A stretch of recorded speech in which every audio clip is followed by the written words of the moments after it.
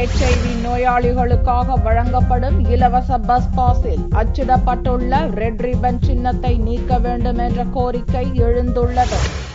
AIDS நோயை கட்டுப்படுத்த தமிழக அரசு பல்வேறு திட்டங்களை செயல்படுத்தியுள்ளது. HIV நோயாளிகளுக்கு இலவச மருந்து உள்ளிட்ட சலுகைகளை வழங்கி வரும் அரசு இவர்களுக்காக இலவச பஸ் பாஸ் திட்டத்தையும் செயல்படுத்தி வருகிறது.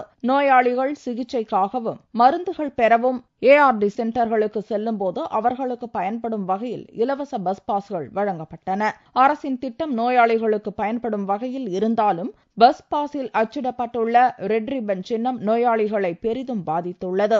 அரசு அளித்துள்ள இந்த இலவச பஸ் பாஸை கண்டக்டரிடம் காண்பிக்கும் போது அவர்கள் ஏளனமாக பார்ப்பதுடன் மற்றவர்களுக்கும் தெரியப்படுத்தும் வகையில் நடந்து கொள்வதாக எய்ட்ஸ் விழிப்புணர்வு அமைப்பினர் தெரிவித்தனர். மேலும் இதுபோன்ற அவமதிப்புகளால் அரசின் இலவச பஸ் பாஸை 2% குறைவானவர்களே பயன்படுத்துவதாகவும் அவர்கள் கூறினர்.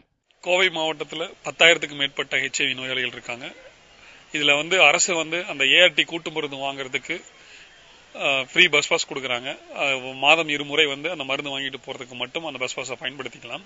அந்த இலவச பஸ் பாஸ்ல மற்றவர்களுக்கு கொடுக்கக்கூடிய பஸ் பாஸை போல அல்லாமல் இவர்கள் ஒரு HIV நோயாளி அப்படிங்கறத முத்திரை பதித்து அந்த எம்பளத்தை முத்திரை பதித்து கொடுத்துருக்காங்காட்டிக்கு அந்த வாங்குறதுக்கு HIV நோயாளிகள் பயப்படுறாங்க. ஒரு பஸ்ல போகும்போது அந்த பஸ் கண்டக்டர்கிட்ட காமிக்கும் போது அவர் மற்றவர்கள்கிட்ட சொல்லி அந்த ஊர் முழுவதும் இவங்க HIV நோயாளி அப்படிங்கிற மாதிரி ஒரு வந்துருமோ அப்படிங்கிற ஒரு சூழ்நிலை வந்துருமோ அப்படிங்கிற பயத்துல இந்த HIV நோயாளிகள் யாரும் வாங்க மறுக்கிறாங்க. அரசு சலுகைகள் அளிப்பதை விட எய்ட்ஸ் நோயாளிகள் சுயமரியாதையுடன் வாழ்வதற்கு நடவடிக்கை எடுக்க வேண்டும் என்றும் தன்னார்வ தொண்டு நிறுவனத்தினர் வலியுறுத்துகின்றனர்.